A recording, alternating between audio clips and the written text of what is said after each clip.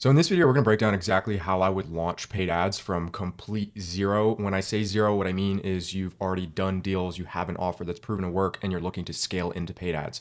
So if you don't have anything that's proven to work yet, this video may not be for you. However, if you do have an offer that you're looking to go from zero to running profitable ads with, this is everything you need to know step by step so that you can go ahead and do that. Number one, when you're going to launch paid ads from zero, the first thing you have to determine is your ICP. And we have a whole video on this inside of the channel, but briefly put, when you go to determine your ICP, all you're looking for is a couple of things: consistency in the consumer, consistency in pain points, consistency in limiting beliefs, consistency in buying reasons. Essentially, all I'm looking for when I first go to launch is consistency in the type of person that is buying our product or service. So like I said, if you're going from organic to paid, who's showing up on the sales calls? Who's responding in the DMs? Who's opting into different funnels you may be running? All you're going to look for is consistency. Once I've done that, what ends up happening is I begin to determine a specific ICP. And what you'll notice, depending on who you are, is your personal brand will attract a specific type of person. For example, I am a white male of the age of 24, which means I'm going to attract white males anywhere between 18 and 30. If I'm a white woman, I'm going to attract white women between the ages of 18 and 30. If I'm a black male, I'm going to attract black men. It's very straightforward. Typically, what you'll notice is that from more of a demographic perspective is what you see, which also translates very well to ads. But what you will also notice inside of your funnels and your sales conversations and your DMs is you will see this consistency begin to arise. And what we're then going to do is, as soon as we have this type of person and we understand the basic reasons, now we can take this information and we can begin to do market research. This is something that is overlooked to an extent that is way beyond me. Most people will look at the assets they already have, the DMs, the sales calls, etc., and go, cool, I'm just gonna go run ads based on that. That's awesome, but you're operating in a closed loop. There's a concept we speak about a ton on this channel about how you exist within a silo, meaning everything you experience in your life is a reflection of who you've spoken to, what you've learned, your emotions, your experiences, your perception, and you really don't know anything outside of what you currently know. That's the same thing is true when you go to run ads. If you think you know your buyer, that's great. In reality, your buyers have entered into your silo. You have not gone out and seen where the other buyers are. And so what we encourage all the time is, once you have a good idea as to who your ICP is, who the people that are buying from you are, now you go out to other places to figure out what these people actually look like. Where do they spend their time? What do they want? What problems are they trying to solve? Are there bigger pockets of people that are asking the same things? How can we go after them? And so you want to exit your silo through market research. This looks like a couple of things. Number one, again, look at your own social channels like we mentioned earlier. After you do that, what you also want to do is go look at forums. These are things like Reddit, YouTube comments, etc. You're going to want to look at all of those things. Outside of social channels and forums, check your competitors. So this is one that's super overlooked. The only thing to be careful with competitors is if you're looking in things like the Facebook ad library or their content, sometimes they don't even know what they're doing. I can't tell you how many times we've launched a new batch of ads or launched a new funnel in a certain niche, and then all of a sudden everybody in the market goes to copy us. It becomes very apparent that, oh, competition has no idea what's going on. So one thing we always recommend for if you're looking at competitors is the length. How long have they been running the ads for? How long have they been sticking to this type of messaging? The length tells you a lot about if it works or not. If it's something they spun up yesterday or a month ago, there's a good chance that it may not even work. So just be cautious when you do competitor research. The other thing too is, I've done this, hate to be that guy, hate to really say that I do it, but occasionally if I notice competition is copying me, I'll just run a dog water ad on the side and let them consume that messaging so that they get thrown off and they start attracting Dookie leads. We don't do anything with it. We just kind of let it run. So that's also something that your competition may do. Just be aware of that when you do look at competitors, but this does help give you a good baseline. So again, we're looking at social channels, we're looking at forums, we're looking at competitors, and really anywhere that your ICP may hang out. Remember, in the beginning, we're pulling based off what we already have: sales calls, DMs, opt-ins, etc.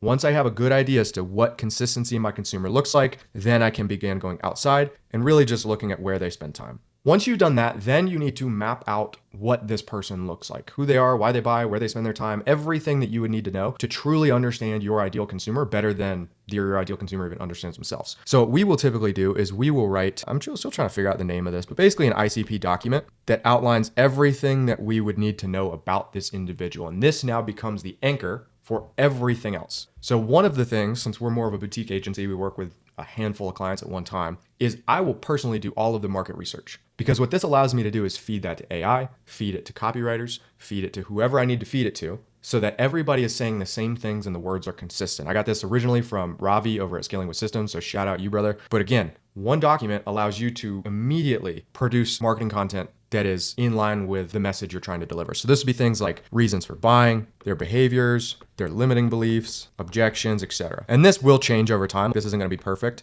the very first time you go to create it, as you get data in from ads, and we'll cover that a little bit later in this video. As you collect data from paid ads, you'll get a better idea. But all we're doing is we're just creating a simple document that outlines who the ICP is. Now, obviously, there's a ton of more components to this. If you want to learn about that, or you want us to do this for your business, there's going to be a link below where you can book calls, speak to myself or the member of the team. We'll run you through everything that's involved in the ICP doc and how this can apply to your organization. But basically speaking, all you're doing is you're just mapping out everything that comes with the ICP. Now, once you've done this, what you'll have is a bunch of marketing angles that you can leverage. So you'll have angle 1, angle 2, angle 3, angle 4, etc. And ideally what you've done is there's another video on the channel about pulling marketing angles, etc. Is you're ranking these based on frequency. So the more that these come up in your market research, the higher up they are on the list. Angle 1 ideally shows up the most, angle 2 shows up the second most, angle 3 the third most. What you're then going to do is turn each of these into an ad. For example, if I'm speaking to somebody that wants to run paid ads for the first time, angle 1 might be, have you plateaued with organic content and you know you want to take your business next level, but you just can't seem to make it happen with content? You've tried everything, different formats, new YouTube videos, new this, new that, yet you still stay stuck and you just cannot plateau. You know ads are the next step. Click the link below.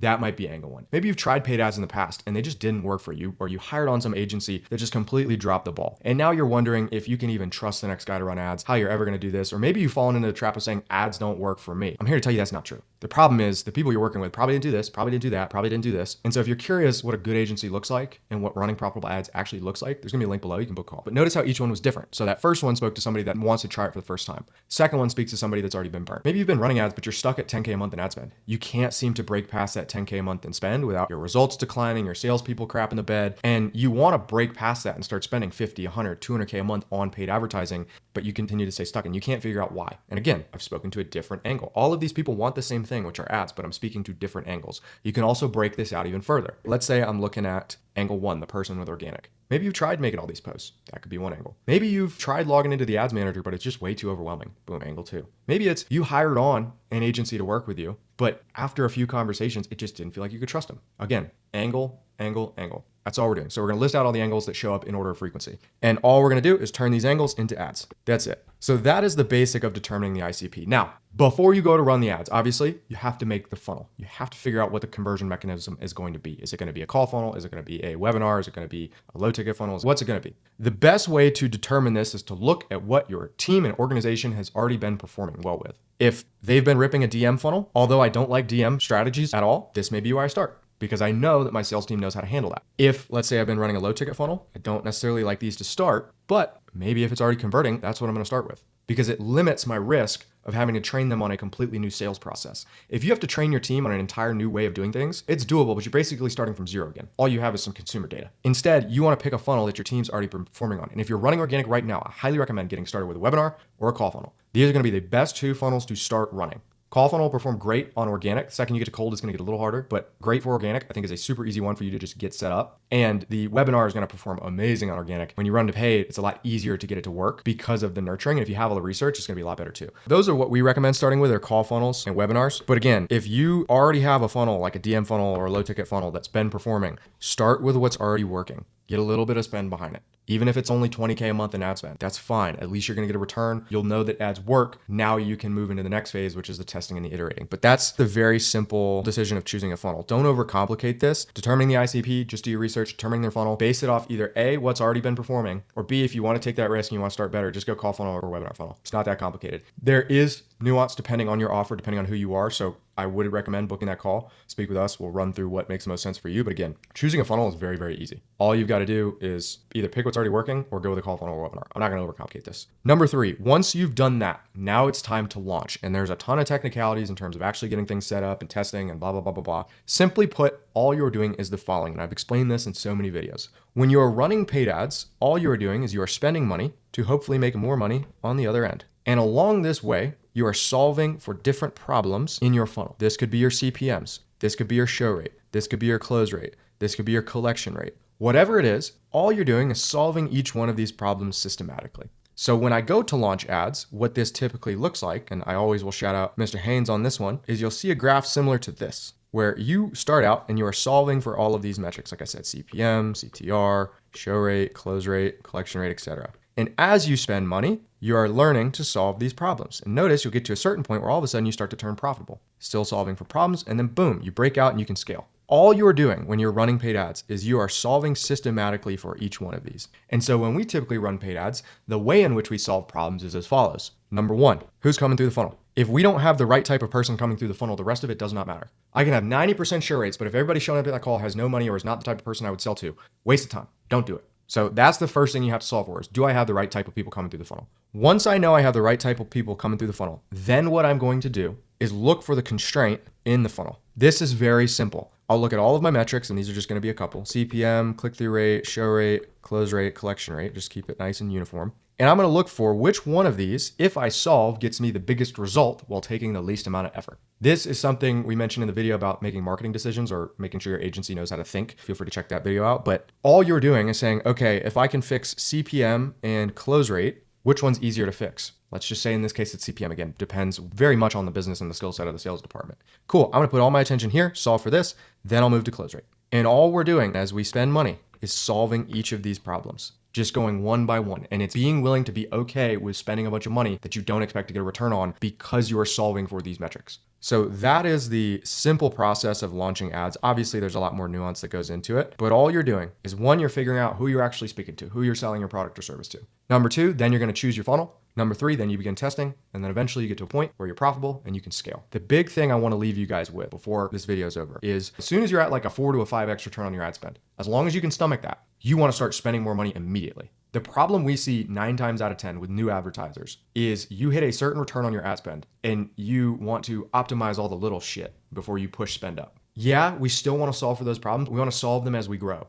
We don't need to be solving things when we're already profitable. You can make more net profit just by turning up the knob. So as soon as you've gotten through the testing phase and you are profitable, just start scaling. This was a simplified version of how to launch ads from zero. Obviously, there's a lot more nuance in terms of picking your creative styles, choosing your funnel, what testing looks like, how to track your numbers, how to make sure your sales team's up to date or up to speed with everything and trained well. If you are curious to learn more about what that would look like for you or your business, there's a link below. You can book a call to speak to myself or a member of the team. We'll run you through everything you need to know about running paid ads. And if at the end of it, you want to walk off, try it yourself, go for it. Don't really care. So I hope that helps, guys. If you like this video, like the video, comment what you want to see next, and subscribe to the channel. I will see you in the next one.